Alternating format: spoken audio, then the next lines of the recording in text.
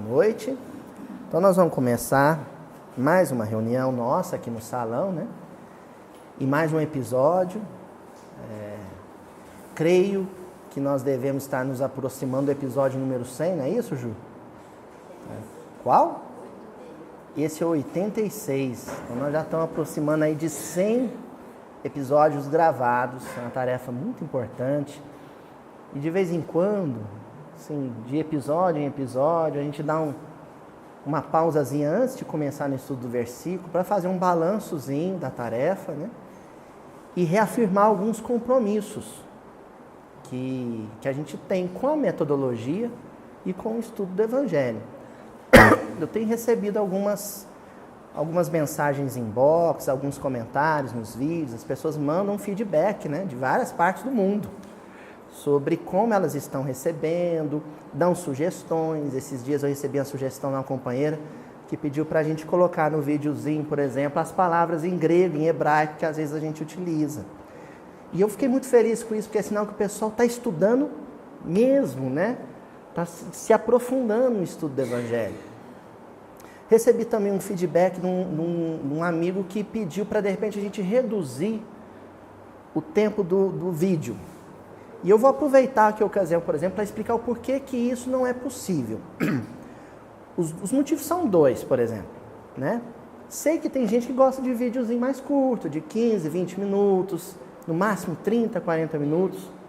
Mas os motivos são três. Eu falei dois, mas são três. Primeiro motivo: editar o vídeo é algo meio complicado, assim, toma muito tempo, porque a gente não faz uma edição à revelia. Então, a Ju faz uma edição prévia, depois eu assisto em casa, alguma coisa em que eu não fui feliz no comentário, uma palavrinha errada, uma informação errada que eu dei, eu confiro aquilo em casa, e se for necessário, ela faz novos cortes, reedita, e aí tem uma versão final que a gente faz o upload, que leva um tempinho para subir para o YouTube. Então é um processo lento. Para reduzir um vídeo de uma reunião de 1h20, por exemplo, para 30, 40 minutos, o trabalho é triplicado. Tem recurso para isso, mas toma um tempo da gente muito grande. A gente faz isso na hora de folga. A Ju é professora, dona de casa. Então ela faz isso na hora da folga, no final de semana, muitas vezes na madrugada. Então esse é o primeiro motivo. Segundo motivo: hoje, depois de tanto tempo já soltando os episódios, a gente meio que montou um grupo além do grupo. Então, apesar de nós já termos vídeos assim, como o primeiro episódio, que somando o período em que o vídeo estava hospedado no canal Evangelho e Espiritismo, mais o período em que ele está hospedado no canal Nildinho Uberaba, é um vídeo que já ultrapassou 20 mil visualizações, tranquilamente. Só que eu sei que não são 20 mil pessoas que acompanham, né? Que a gente pode dizer com certeza que é um grupo que toda semana assiste, já logo que lança, né? Antes de completar uma semana até, é um grupo aí que gira em torno de 2 mil pessoas. Aquele grupo fixo. E é lógico, tem as pessoas que estão chegando, outras pessoas não podem mais acompanhar a série. Essas 2 mil pessoas, em média, que acompanham frequentemente o Mildinho, são pessoas que gostam do episódio longo. Gostam de assisti-lo na íntegra, não gostam da versão pocket. A solução para isso seria a Juju editar uma versão de 30 minutos e a outra estendida, vamos dizer assim. Mas aí, de novo, aí a menina vai ficar, como diria o Sadel, na capa da costela, né, Sadel? No osso, né? Aí não dá. E o terceiro motivo: essa metodologia do Mildinho, só os gênios espirituais conseguem fazer todo o percurso de raciocínio, tomando palavra por palavra a ser analisada, em 30 minutos. Não é o meu caso. Eu preciso de tempo para fazer esse percurso. E olha que às vezes eu não consigo vencer isso em 1h30. É o caso do episódio de hoje. Então nós tínhamos um versículo. O versículo hoje é o versículo 7, que a gente começou a semana passada, e eu não consegui terminar. Vou precisar de mais a reunião hoje para fazer. Então, 1, 2, 3 palavras, mas também, às vezes, uma palavra. Por exemplo, lá no episódio 72, né? Que é 72 e 73, que a gente analisou cruz, só a palavra cruz, 2 semanas. Como é que eu reduzo isso? É complicado.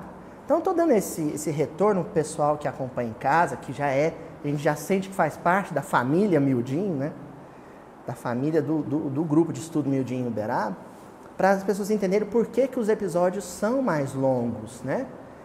Mas hoje no movimento espírita a gente tem um leque de opções assim, muito grande, de altíssima qualidade, né? Então nós temos o pessoal do NEP em São Carlos produzindo vídeos menores, mas de altíssima qualidade. Tem o Gênesis que o Haroldo apresenta, de altíssima qualidade, é o irmão mais velho desse estudo. O Haroldo conseguiu condensar a coisa para 50 minutos, mas ele não faz miudinho. O pessoal tem que entender isso. Você pode estudar a Bíblia e não fazer miudinho. O Haroldo ele não analisa uma palavra isolada, ele analisa às vezes uma passagem inteira, não é assim? Num episódio, às vezes ele analisa vários versículos, não é especificamente estudo minucioso. Então ele consegue fazer esse condensado. A gente aqui fechou nessa metodologia, uma metodologia que o seu Honório implantou no movimento espírita na década de 40 ou 50, não me lembro agora, década de 50. Mas é uma metodologia milenar. Essa é uma técnica de estudo rabínico que tem mais de 2000 anos. Quer dizer, o outro amigo falou assim, vocês têm que adaptar a metodologia dos nossos templos. Quer dizer, uma metodologia com 10 mil anos de tradição, eu vou adequar ao perfil da pessoa que entra de vez em quando no YouTube para assistir 20 minutos. Não vou fazer um negócio desse. Não vou, né? A gente prefere ficar antiquado, mas manter uma tradição de espíritos que já estão reencarnando e fazendo isso, gente, há muitas encarnações, né?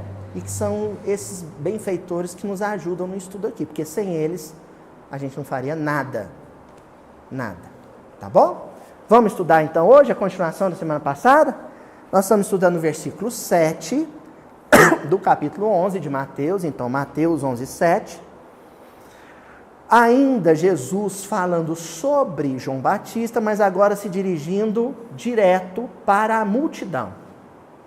Então Jesus fala para a multidão, viu, Adriana? Faltou semana passada, né? Jesus está falando para a multidão sobre João Batista. E aí ele solta essa pérola, que é um questionamento consciencial. Eu acho que as pessoas que ouviram Jesus fazer essa pergunta, estão até hoje com essa pergunta ali. Sabe o grilinho? Cri, cri, cri. Está ali ainda, morando. Então, a pergunta de impacto. É o famoso sacode. Jesus deu uma sacudida ali naquele pessoal, para eles acordarem. De um estado letárgico, moralmente letárgico. E que pergunta é essa, né?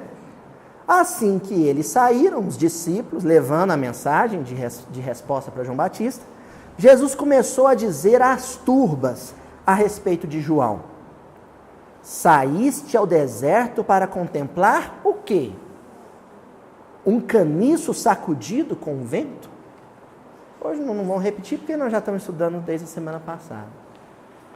Jesus perguntando para a multidão: quem vocês pensam que foram ver no deserto às margens do Rio Jordão? Uma cana, um matinho, que o vento toca para lá, para cá, balança, sacode, estremece, é isso? Essa é a pergunta consciencial.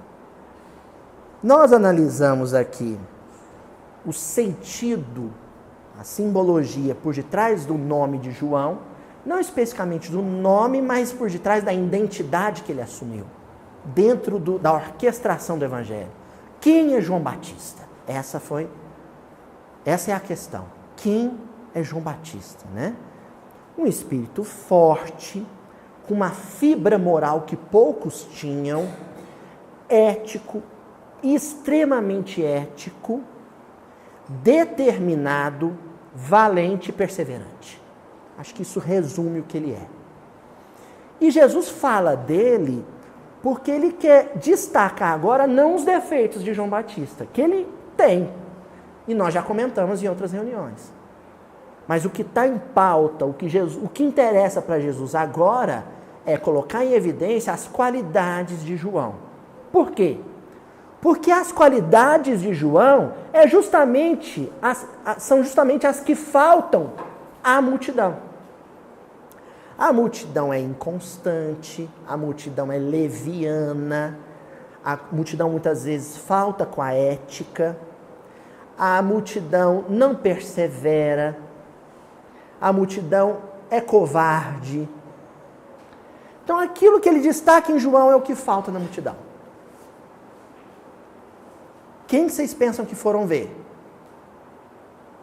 Alguém como vocês são? Vocês foram ver alguém diferente. E eu pus ele lá, na beira do Jordão, no deserto, em destaque. Para que vocês tivessem na vida de vocês um paradigma, um padrão moral. Uma referência de comportamento moral. E olha, gente, João Batista nunca foi tão necessário.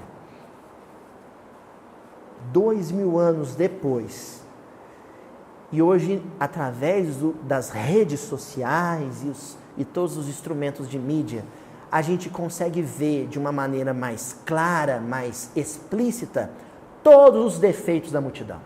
Estão todos aí. A vociferação, a balbúrdia, a desordem coletiva, expressa nas redes sociais.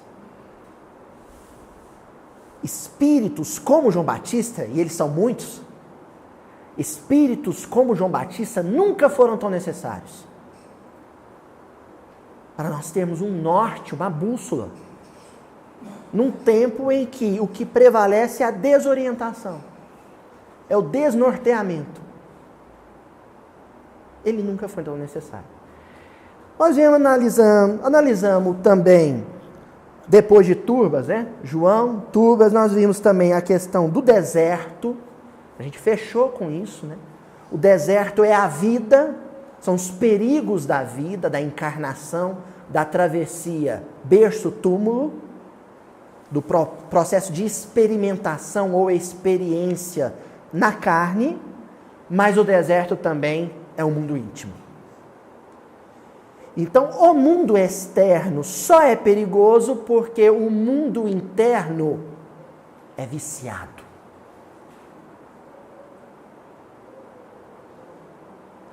O mundo externo só nos derruba, só nos tomba, porque o mundo interno fraqueja, vacila, tropeça e cai.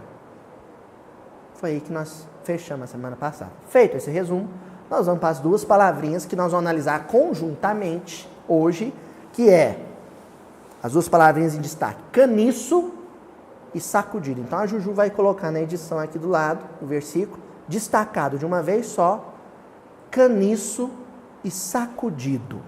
Primeiro vamos saber o que é o caniço, que fala ali.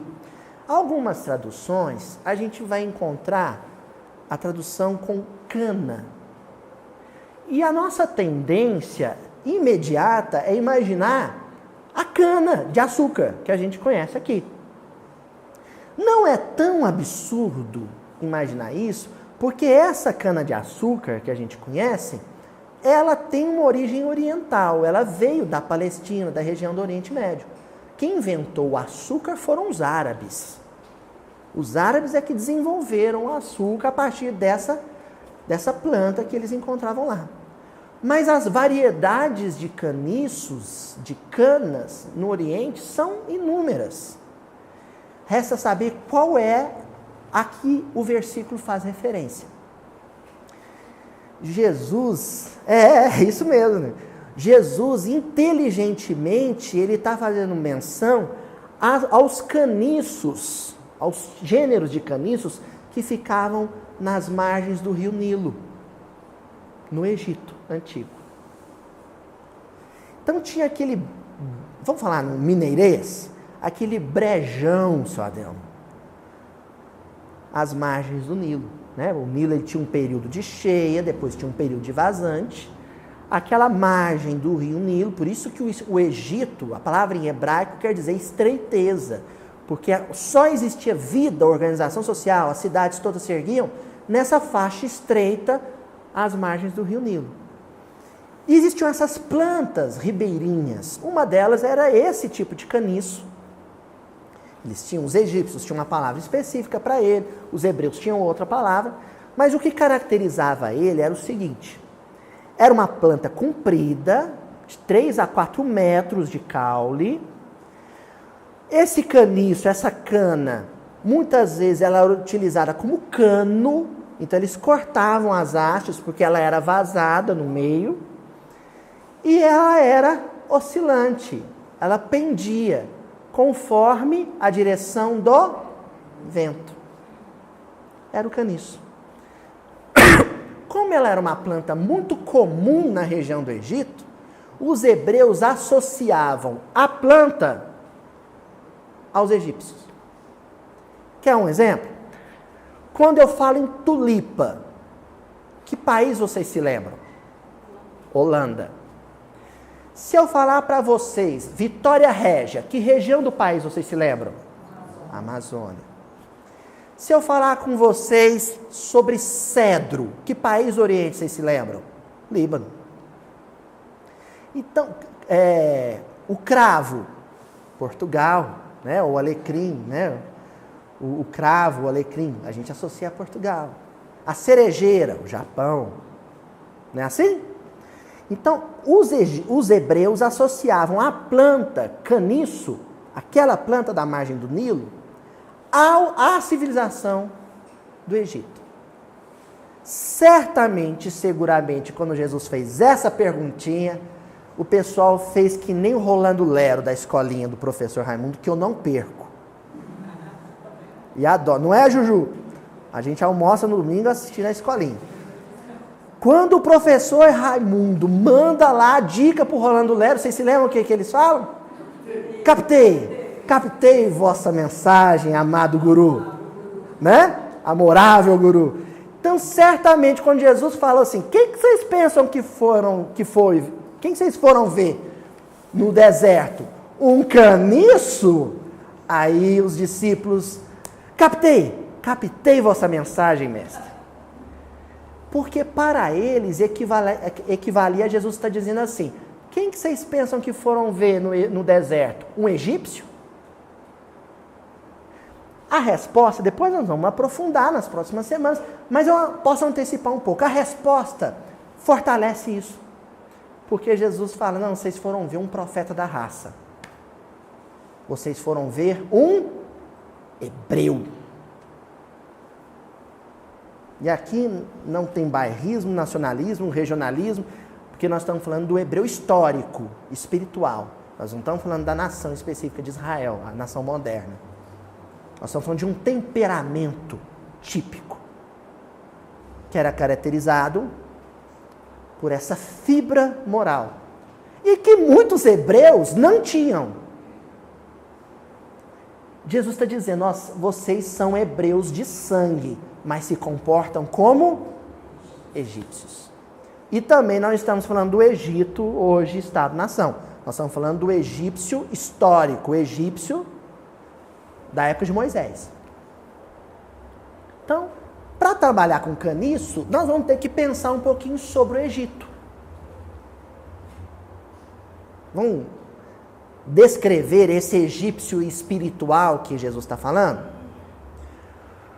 Primeira coisa, alguém que vive, anda, se movimenta, faz escolhas segundo a movimentação do clima, do rio, do solo. Alguém que condiciona a sua vida ao querer da terra.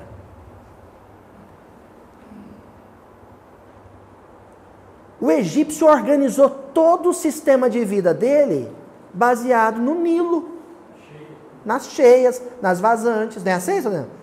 Tudo ali baseado no Nilo. Então, era um grau de dependência, de vinculação, de aprisionamento, de encarceramento àquelas condições ambientes, tal, que o egípcio não se podia dizer livre.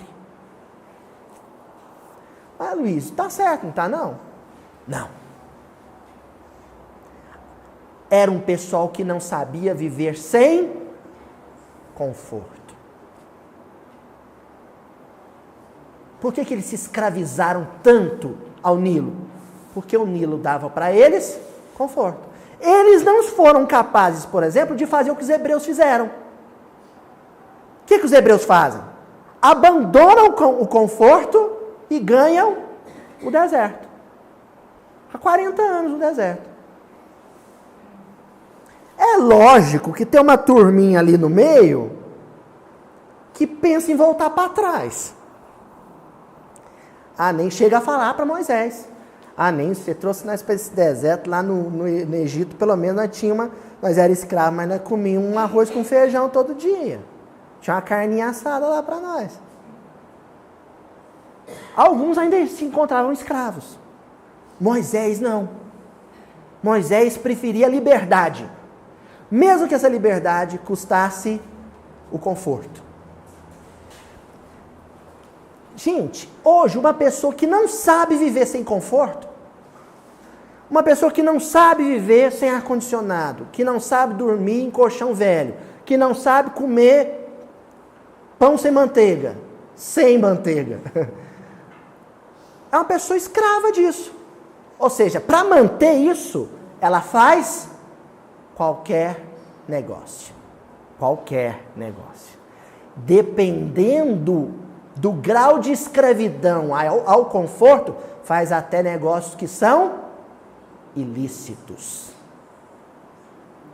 Quem que é o político corrupto que mete a mão no dinheiro público? É o escravo do conforto. Quem que é o pai, o workaholic, maníaco por trabalho, que trabalha os 3 períodos de madrugada e no final de semana?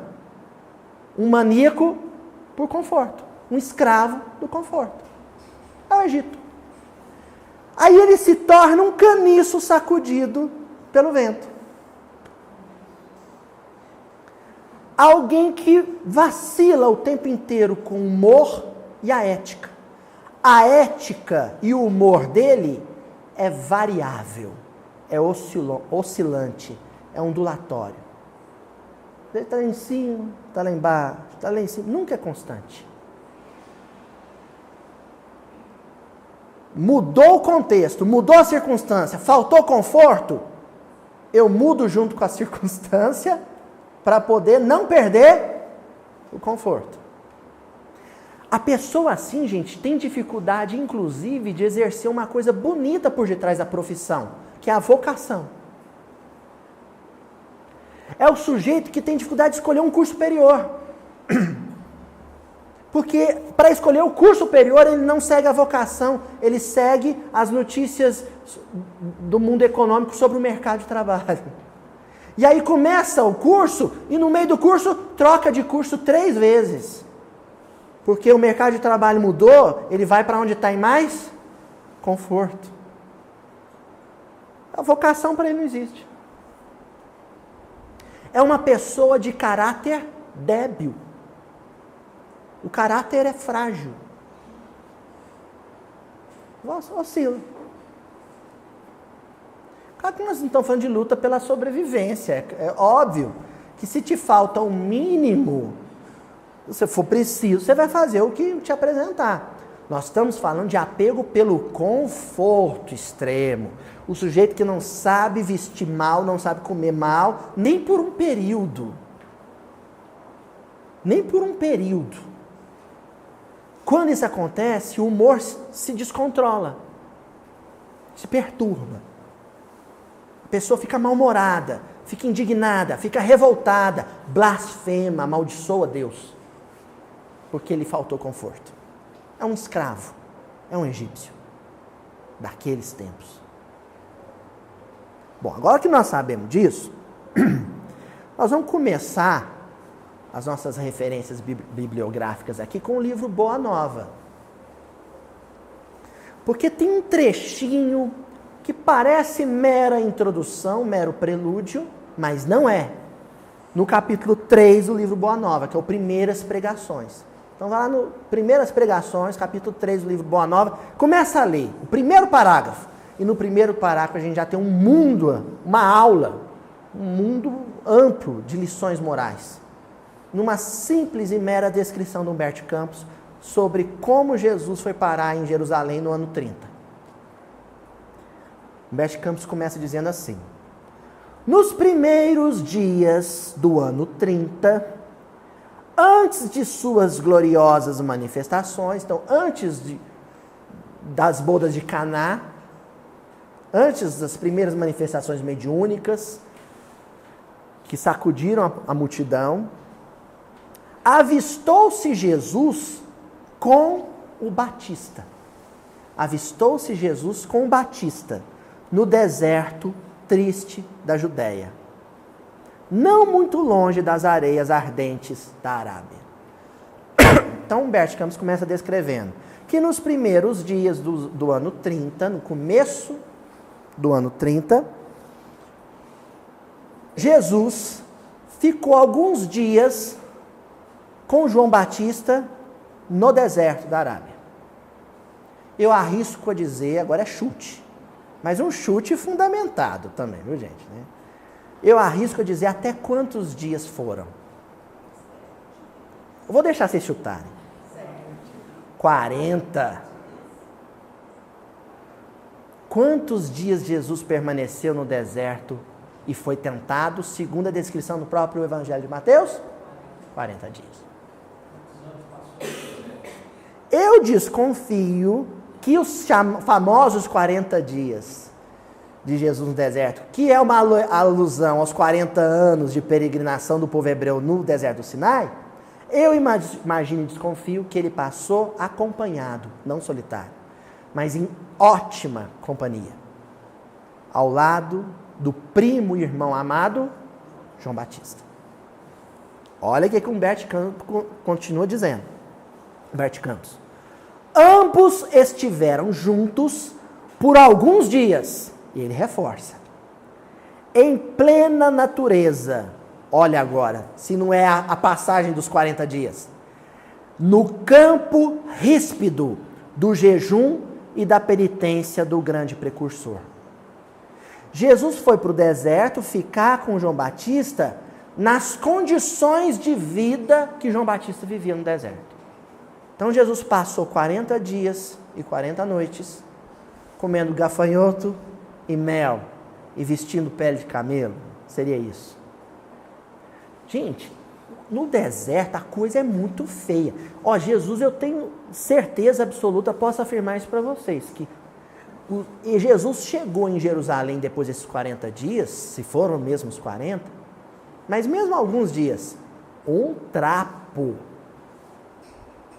Começa com vento, com ar. A umidade relativa lá, gente, não é essa que a gente já sofre em Brasília, aqui 15%, 20%, aqui em Uberaba a gente sofre.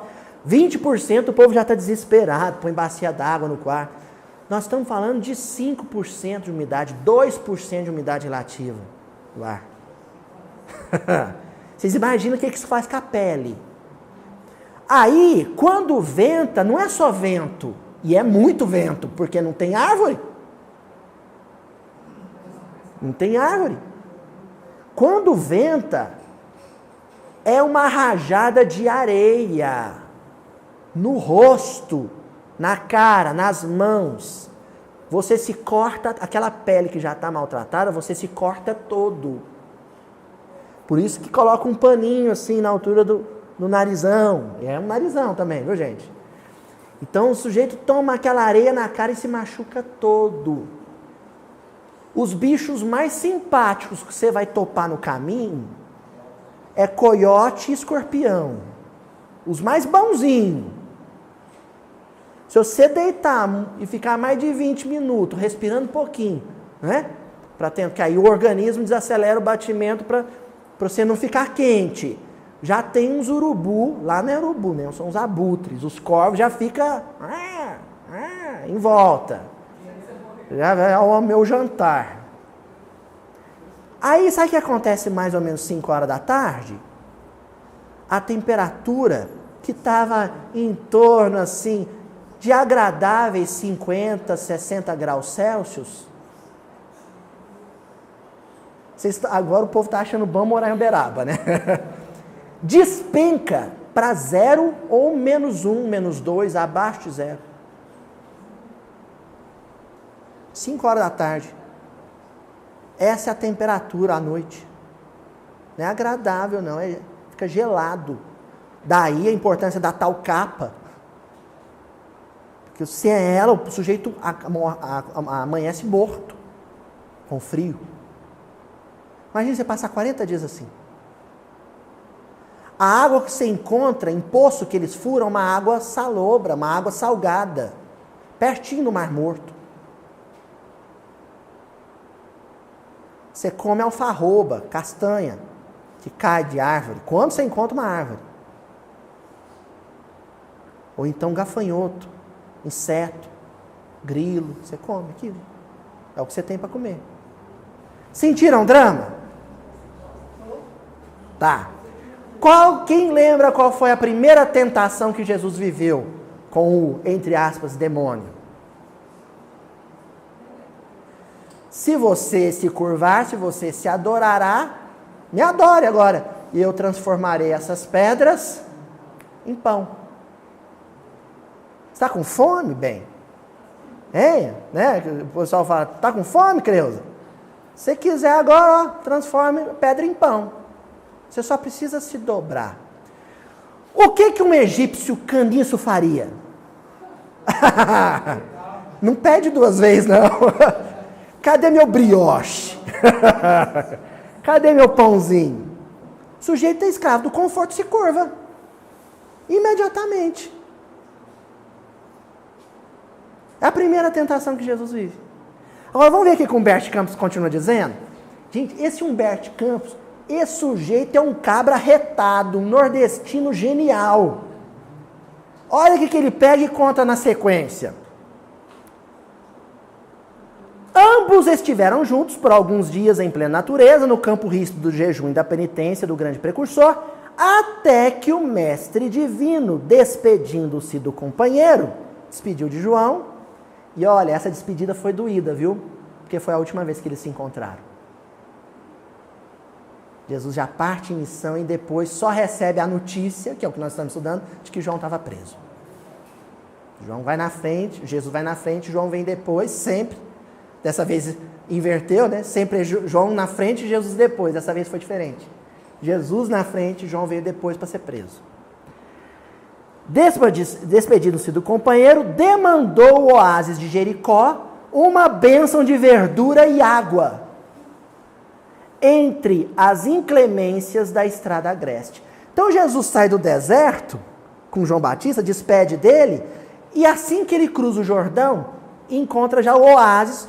Jericó é uma cidade, a cidade mais antiga do mundo. É a mais antiga do mundo. E ela se desenvolveu em torno de um oásis. Então, quando você chega em Jericó, já é o sicômoro lá do Zaqueu, né? É árvorezinha, fontezinha, uvazinha, pêssegozinho, damascozinho, né? Um churrasquinho de cordeiro, sombra para todo lado. Vocês acham que Humberto Campos pôs isso aqui à toa? Então Jesus sai do deserto, 50 graus, na sombra, comendo gafanhoto, vento com areia na cara, entra em Jericó, um sujeito tocando a harpinha, e fruta fresquinha, água fresquinha para todo lado. Isso é a nossa vida. E em ambas situações, tentação. Crise. E ambas as situações, perigo. Quando a gente está na penúria, a gente corre o risco de blasfemar e falar, Deus me abandonou. Te falta tudo, sabe, Toninho? Você está doente, a conta do banco está no vermelho, o gerente já te ligando, o cheque voltou, aí se adoece, tem que gastar com remédio, aí você vai precisar do serviço público de saúde e não consegue ser atendido porque tem gente mais doente que você na sua frente, a prioridade da pessoa. Aí a sua mulher começa a estressar com a situação, vocês começam a bater boca e discutir, seu filho começa a chorar porque ele também está com febre. Pronto, está criado o clima de deserto,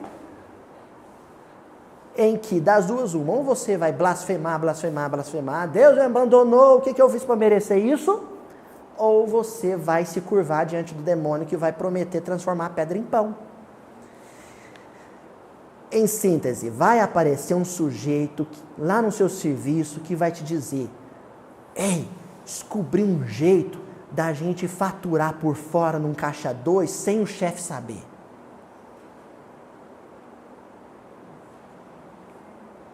Gente, se o colega de serviço chegar com uma proposta indecente dessa, vocês podem imaginar chifrinho na cabeça dele, sabe? O tridentezinho, porque é o demônio dizendo: curva-se diante de mim e eu transformo pedras em pão. Eu te tiro da penúria rápido. Você só precisa abrir mão da sua ética. É um perigo, não é? Mas a outra situação também é igualmente perigosa. Quem lembra de Deus quando está tudo certo?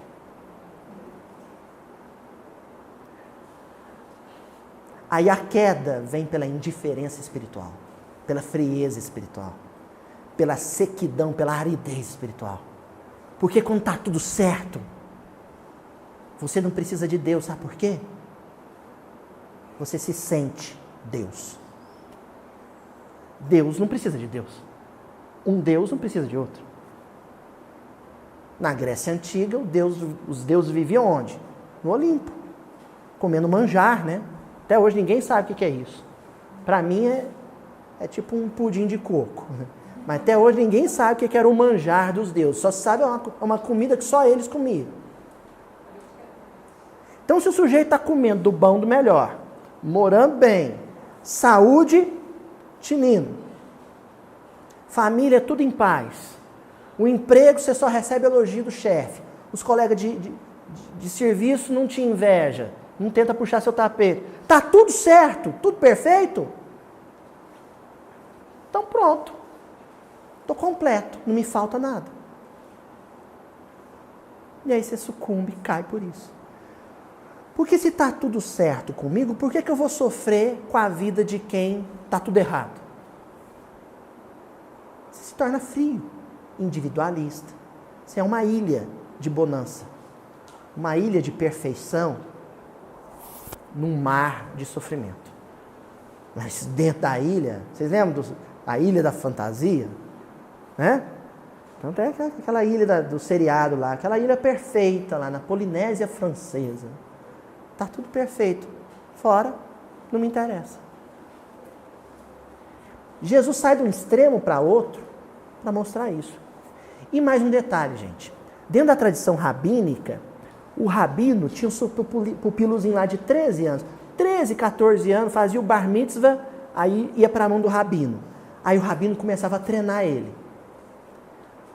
Quando o rabino sentia que, não, esse menino está sabendo tudo, agora eu vou pôr à prova tudo que ele sabe. Sabe como é que isso era testado? O mestre pegava o menino, já com seus 18, 19 anos, já homem, feito, arrumando para casar, levava ele para ficar 40 dias no deserto. Você vai ficar aí, sobreviver no deserto, comendo gafanhoto, bebendo água de poço, água salgada. Se você passar esses 40 dias sem reclamar de Deus, sem blasfemar, sem amaldiçoar a vida, você passou na primeira prova. 40 dias depois, o mestre ia lá buscar ele. E aí, meu filho? Como é que está seu estado de espírito? Se ele conseguiu manter a cabeça no lugar, se ele manteve a serenidade, a calma, o otimismo, a esperança, a fé, ele passou nessa prova. Passou? Legal. Agora vamos para a prova mais difícil, porque primeiro vem a prova mais fácil, depois vem a mais difícil. Sabe para onde ele era levado? Para a praça, para a escadaria do templo em Jerusalém. Agora você vai ficar aí e conviver com esse povão aí. Ali já vinha um, pisava no pé dele, o outro gritava no pregão, tô vendendo carneiro aqui no ouvido dele, sai pra lá, estressava. A vida, aquela vida de quem pegou o trânsito da Avenida Paulista às 18 horas de uma sexta-feira. É outro gênero de teste. Ali são as facilidades, ofertas de tudo. Álcool de um lado, né? Um bordel do outro, uma baladinha ali, comilança, porque aí tem comida farta. Excessos e excessos e excessos. Aí o mestre vai querer saber se ele consegue ficar ali no centro de Jerusalém 40 dias, com a cabeça no lugar, mantendo a serenidade, a calma, a disciplina, a ética, a decência, o caráter. É outro extremo. Uma prova e a outra. As duas são difíceis. Só que a prova da facilidade, a prova do elogio, o que é mais difícil? O que te derruba mais? Uma crítica ou um elogio? Moralmente falando. Espiritualmente falando. Um professor, né? Vamos pegar os professores. O professor, o aluno que chega no final da aula, chama o professor e fala assim, professor, hoje eu não quis corrigir o senhor na frente dos outros, mas teve uma hora que o senhor fala um negócio que está errado. Eu conferi aqui no meu celular, no Google, e está errado. Miserável. Você está errado. Papai Google me falou aqui que o senhor falou uma besteira. É doído isso? Não. Já aconteceu comigo, é lógico. É doído. Você fala, você tem razão. Aí na aula que vem, aí você tem que manter, aí você tem que ver se você caiu ou não. Na aula seguinte, você fala, gente, semana passada eu falei uma besteira aqui, o colega de vocês me corrigiu e eu queria me retratar. Isso é duro, gente. Mas também tem aquela coisa, no final da aula o aluno chega e fala assim, professor, o senhor é o melhor professor da escola. Os outros não nos escutam, mas o senhor é muito melhor que seus colegas. Aí você sai da sala e entra na sala dos professores, Wander, você já olha para os colegas já assim, ó. Gentalha. Já tá, né? Se esbarrar no alfinete, explode. São dois perigos diferentes. Sabe, né? No deserto tem escorpião, mas na cidade tem assaltante. Uma vez eu li uma matéria que eu fiquei chocado. Vocês sabiam que a obesidade mata mais gente nos Estados Unidos do que a fome na África? Morre mais gente no mundo por comer demais do que por não comer.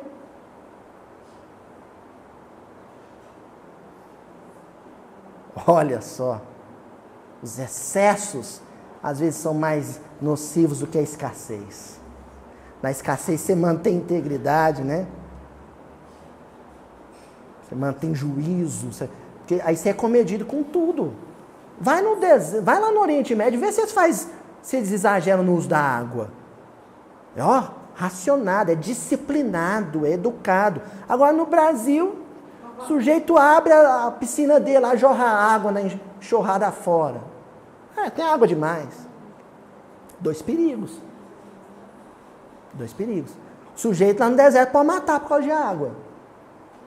Mas aqui no Brasil também, às vezes, o uso da água é criminoso.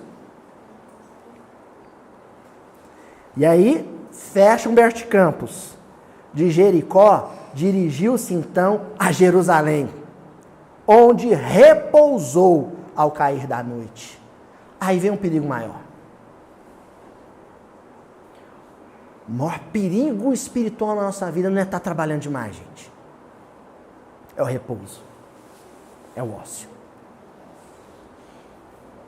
É claro que quando você trabalha a ponto de estragar a máquina, de não cuidar da saúde, de negligenciar a vida familiar, a vida social com os amigos, o lazer edificante. Isso é, né, é ruim.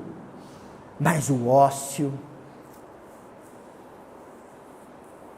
Eu não esqueço o dia, meu ortopedista, né, nosso amigo, falou para mim: Luiz, coluna não gosta de ficar parada. Hoje já se sabe que o exercício, a atividade física coordenada, orientada, é o que te tira de uma patologia ortopédica, por exemplo. Já a vida sedentária, né, parada, a inação te adoece, te enferruja, te emperra. E o que vale para o corpo tem seu correspondente na alma. A alma também ociosa, a mente ociosa, a mente que não pensa, a mente que não cogita uma vida melhor, o monoideísmo, a mente que só patina no mesmo lugar. Está doente. Você deixar uma água parada num balde no fundo do quintal, vira dengue. Se você não capinar o terreno, dá cobra, lagarto, aranha. Então Jesus chega em Jerusalém e vai viver a experiência do repouso. Ah, mas Jesus viveu ela também? Sim. Porque Jesus tinha que viver todos os testes que um ser humano vive no plano físico. Inclusive o teste do repouso. Você passou em todos? É Jesus? Jesus conseguia ter um momento de repouso, mas na hora que ele olhava no céu, só a pina, na hora de levantar e caminhar e trabalhar. Ele levantava e ia trabalhar. A nossa tendência é, na hora que a gente chega no estado de repouso, eu vou ficar por aqui mesmo. Repouso também pode ser um grande perigo. Até aí tudo certo? Quem é que sucumbe aos perigos do deserto? Quem é que sucumbe aos perigos da metrópole? Quem tem o temperamento do egípcio, do caniço. O vento que sopra de cá é facilidades. O vento que sopra de lá é dificuldades.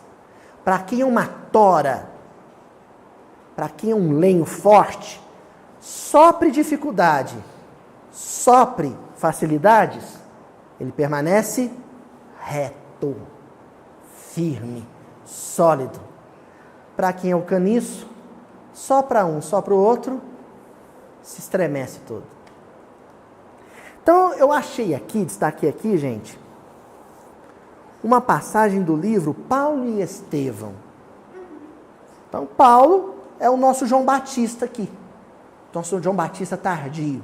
Né? O campeão do evangelho, até antes da crucificação de Jesus, era João Batista.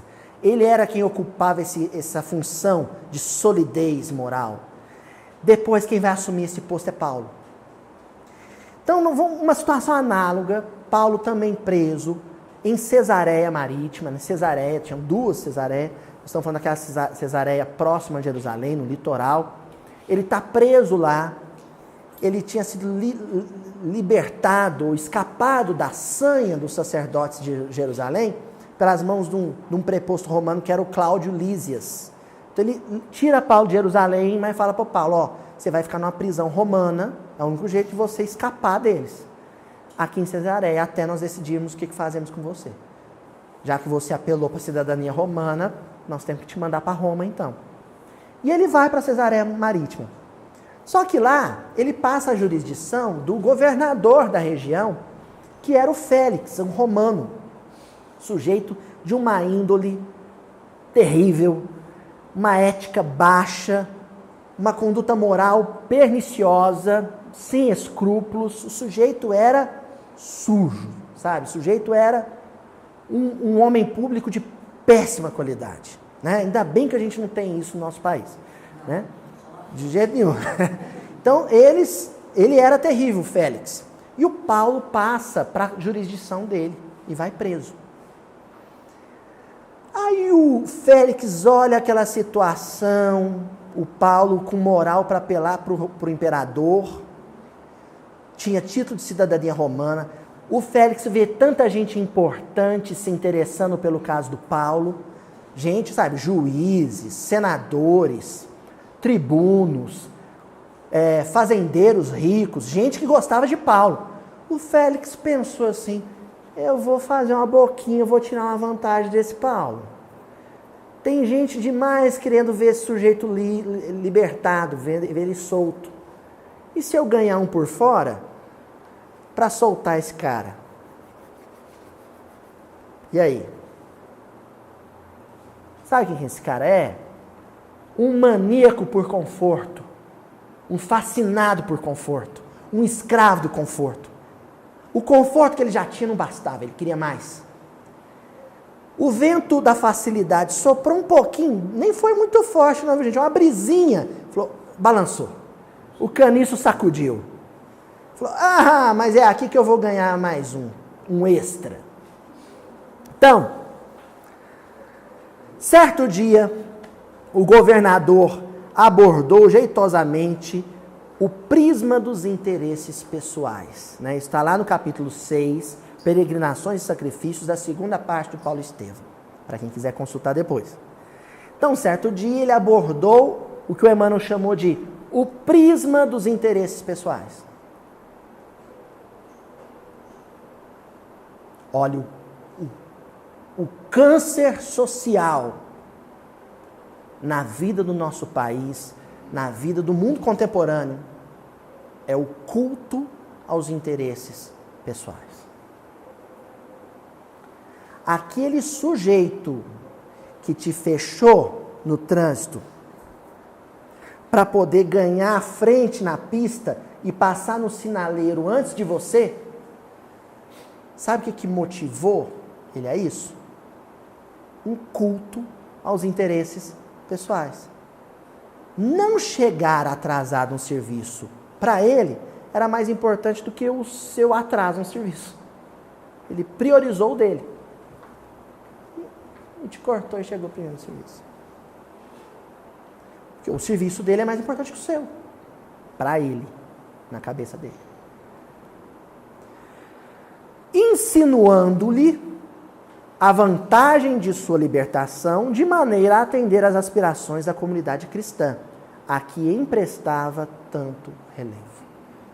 Então ele chegou para o Paulo e falou assim, ô Paulo, vem cá, vamos conversar. Mandou os soldados ir lá na cela, buscaram Paulo, algemado.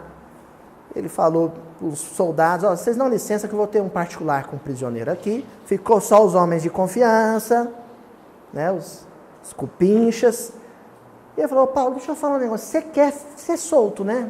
Você quer sair da cadeia, né? Você ficar na cadeia, você vai ser executado. E se eu te dissesse que eu tenho um jeitinho de te livrar dessa? Paulo, porém, observou resoluto.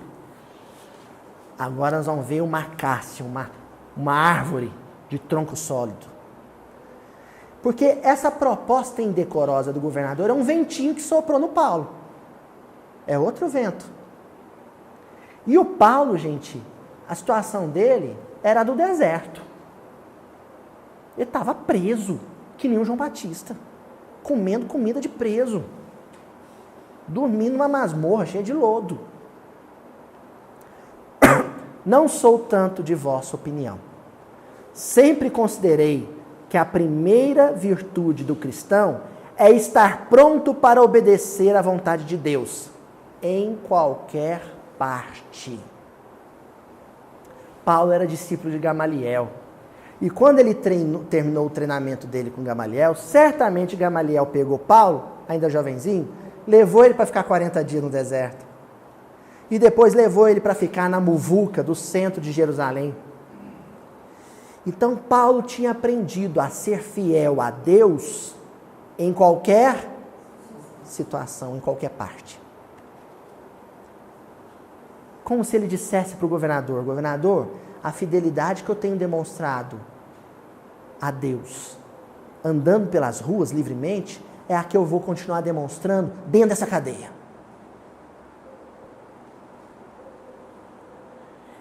E nós, do mesmo jeito, agora eu vou falar com os irmãos católicos que acompanham, eu sei que tem a turma que acompanha o miudinho, a turma católica em casa. Do mesmo jeito que você sai de casa para ir para o trabalho, para o seu emprego, onde você ganha bem, e faz o nome do Pai, o sinal da cruz, depois, quando você sair com currículo, envelopinho de currículo, desempregado, para procurar emprego, você faz o mesmo nome do Pai. O espírita, do mesmo jeito que você faz a sua prece, pede aos benfeitores espirituais, antes de sair de casa, para ganhar 10 mil reais, depois para receber o seguro-desemprego, você sai com a mesma fé, a mesma alegria. Isso é fidelidade a Deus. Em qualquer parte, em qualquer circunstância, em qualquer ocasião. Fazer uma prece de gratidão pelo dia, deitando na cama da sua casa ou deitando na cama de um hospital. Isso é fidelidade. Certo, não estou detido à revelia de sua assistência e proteção. Deus sabe que eu estou aqui na cadeia. E se Ele me deixou aqui na cadeia, porque para alguma coisa eu presto aqui dentro. Servi-lo-ei, pois, como se estivesse em plena liberdade do corpo. Eu acho, porque a gente lê um livro desse, gente, e a gente compõe a cena, né? Eu acho que o Félix, Renato, ele deu uma coçadinha na cabeça e falou assim, ô Paulo, você não está me entendendo, meu amigo. Você não está entendendo. Você é o homem que tem mais amigo rico que eu já conheço. Você tem mais amigo rico do que eu. A alta sociedade de Jerusalém, metade é seus parentes, outra metade é amigo dos seus parentes. Se eles fizerem uma vaquinha, uma rifinha para juntar um dinheirinho aí, eles te soltam. Você não está me entendendo. Entretanto, continuou Félix, sem coragem para ferir diretamente o ponto. Vossa independência não seria coisa muito difícil. Então ele vai rodeando. Sabe por quê? Que o Félix vai rodeando e não vai direto ao ponto? Porque o olhar austero de Paulo dava medo nele, apavorava ele. O olhar ético de alguém que tem a consciência em paz faz estremecer a pessoa de vida corrupta. Começa que não consegue olhar no olho. Desvia o olhar e não consegue olhar. Então Félix olhou para aquele homem, ele nunca tinha visto tanta integridade, tanta dignidade na vida dele. Mas o interesse pessoal era maior. Então ele foi rodeando. Aí o Paulo fez uma perguntinha, parece uma pergunta besta, mas o Emmanuel, gente, é que nem Humberto de Campos, ele não gasta tinta à toa. O Paulo olha pro Félix e fala assim, como assim? Onde o senhor quer chegar? Essa pergunta é consciencial. É óbvio que Paulo já tinha sacado, já tinha pescado no ar, o que estava rolando ali. Mas ele faz essa pergunta, fala assim, eu quero ver se o senhor tem coragem de verbalizar o que o senhor está insinuando. Quero ver até onde o senhor vai com essa história. Essa pergunta é consciencial. Não tendes amigos ricos e influentes em todos os recantos provinciais? Interrogou o preposto governamental de maneira ambígua. Tipo, não é comigo, eu não estou falando de mim. Mas, de repente, alguém ali dentro pode facilitar as coisas para o senhor. Que desejais dizer com isso? E Paulo insistia. Paulo forçou o sujeito a arrancar a máscara. O que o senhor está querendo dizer com isso?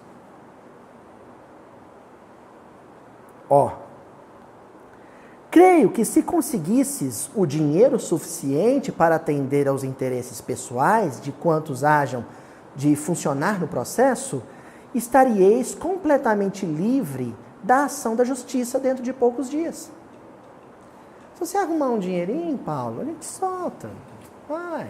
Não seja radical. Porque é isso, a pessoa íntegra, muitas vezes ela é tida pela leviandade do mundo como alguém radical. Aquele molejozinho.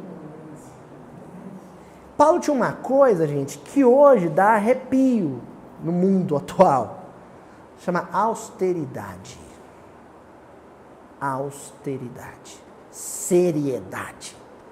Ele era um sujeito sério. Ele não estava brincando aqui na vida, ele não veio a passeio. Paulo compreendeu as insinuações mal veladas e nobremente, porque isso é nobreza, né? Um sujeito desse é o que anda com a cabeça olhando assim no olho das pessoas, de cabeça erguida pela rua. Nobremente revidou. Percebo agora. Falais de uma justiça condicionada ao capricho criminoso dos homens. Justiça condicionada ao capricho criminoso dos homens. Como se o capricho criminoso dos homens fosse um vento que soprasse. E o senso de justiça do governador fosse um caniço. Não precisa nem soprar muito forte para ele ser sacudido. Essa justiça não me interessa. Ponto. Acabou. Encerrou a conversa. Passa a régua. Cadê? Quero voltar para minha cela. Feliz da vida. Preso. Mas com a consciência limpa, ilibada, pura, cândida. Vai, abre minha cadeia lá. Porque eu prefiro ser um preso injustiçado que não deveria estar preso, do que um solto, injustiçado, porque deveria estar preso.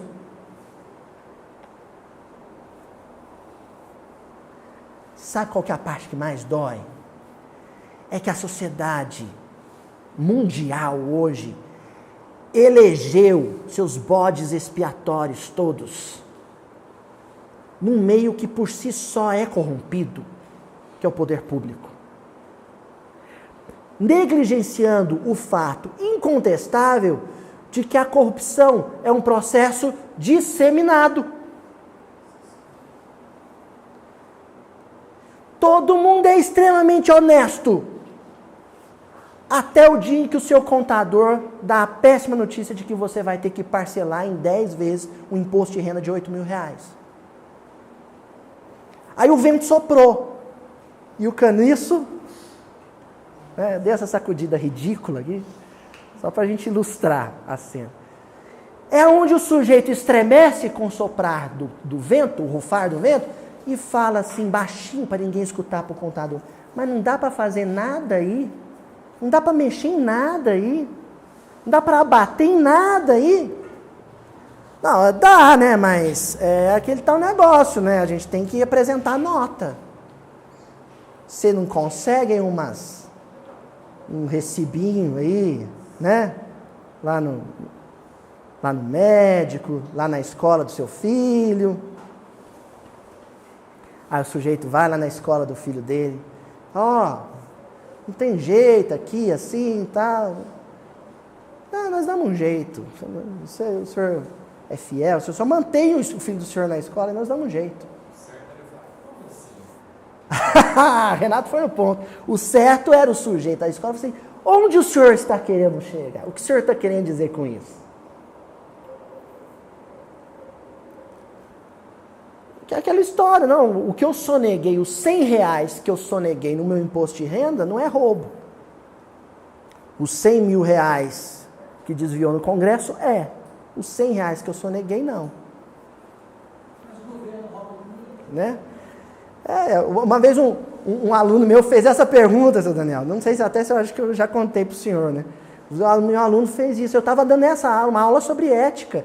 E o aluno falou assim: professor, mas o governo vai roubar mesmo? Eu falei assim: meu filho, se o governo roubar, o político roubar, o problema moral, consciencial é dele. Agora, se o seu pai roubar ou você roubar, o problema consciencial é seu.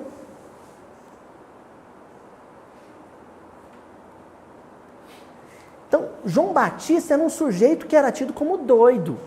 Paulo era um sujeito que era tido como maluco. E hoje, pessoas que têm um comportamento ético são vistas como pessoas excêntricas, exageradas, radicais, bobas demais. Não é assim que vive, não. Você tem que saber viver, fulano. Não, você não pode ser tão rígido assim, não.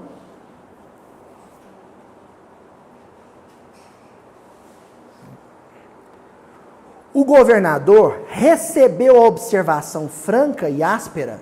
O Paulo foi áspero. Porque de vez em quando a gente tem que ser áspero.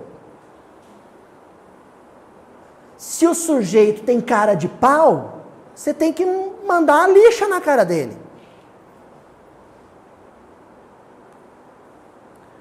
Disfarçando o seu enleio.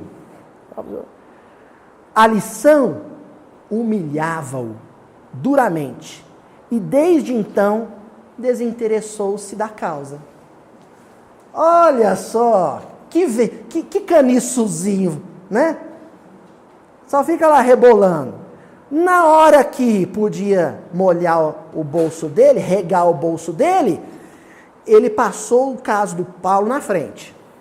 Na hora em que a alegria de dever cumprido ia ser a única paga pelo exercício da função, aí ele se desinteressou. Não, deixa esse cara mofando aí, quer ficar preso? Fica então. Aí pegou o processo dele, pôs lá no fim da pilha. É um bobo, é um doido, deixa ele aí. Já não faz diferença para a sociedade. Não. Olha como esse sujeito caiu no fogo, caiu na água, de uma hora para outra. De extremo interesse pelo caso, depois passou total desinteresse pelo caso. O vento só precisou soprar de uma direção diferente, para ele pender para o outro lado. Isso é um comportamento vacilante, moralmente vacilante. Coisa muito séria. Por isso que a gente tem que... Nós estamos finalizando hoje esse versículo, vamos continuar indo alguns versículos estudando sobre João Batista, porque a ética de João Batista era um negócio... A gente poderia até mencionar um outro caso análogo, que eu não tinha separado aqui, mas é um caso análogo, que é o caso da Joana de Ângeles, né? A Joana de Cusa, Joana Angélica. Joana de Cusa, presa, atada a um tronco, um suplício, um poste, junto com o filho. O filho do lado e ela também. E debaixo dos pés, uma fogueira. Os gravetos, todos preparados para acender o fogo. Gente, queimar de baixo para cima. Negócio muito triste. Porque não atinge imediatamente os órgãos vitais, então você sente seu corpo queimando. Não vou nem entrar em detalhe, porque senão aguça nosso inconsciente do passado, né? Mas só para vocês entenderem o extremo a que levaram essa consciência. E aí o filho, que não queria virar churrasquinho e que tinha uma ética mais frágil, era um caniçozinho que o vento da dificuldade soprou e ele vacilou. E ele sacudiu. O filho virou para a mãe e falou assim: mãe, nega Jesus, abjura. Fala que nós não somos cristãos, você vai deixar nós queimar? Porque o soldado gritava: abjura, mulher, nega o Cristo. Fala que você não é cristã. Rende culto aos deuses de Roma. E o filho: mãe, faz o que o homem está pedindo. Mas vai virar churrasco, mãe. E ela responde para o filho: cala-te. Cala a tua boca. Porque Jesus viveu situação idêntica, mas puro. E nós somos cheios de pecado. Na hora que ela falou isso, o soldado romano deu uma gargalhada irônica, louca, né? É louca. E olha, gente, para aquela mãe ia doer mais a labareda no corpo do filho que no dela. Que mãe é assim, né? O soldado deu aquela gargalhada e falou para ela: então é isso que o seu mestre te ensinou? A morrer? Só isso? A morrer como um cão? E ela falou: não, ele me ensinou mais. Ele também me ensinou a te amar.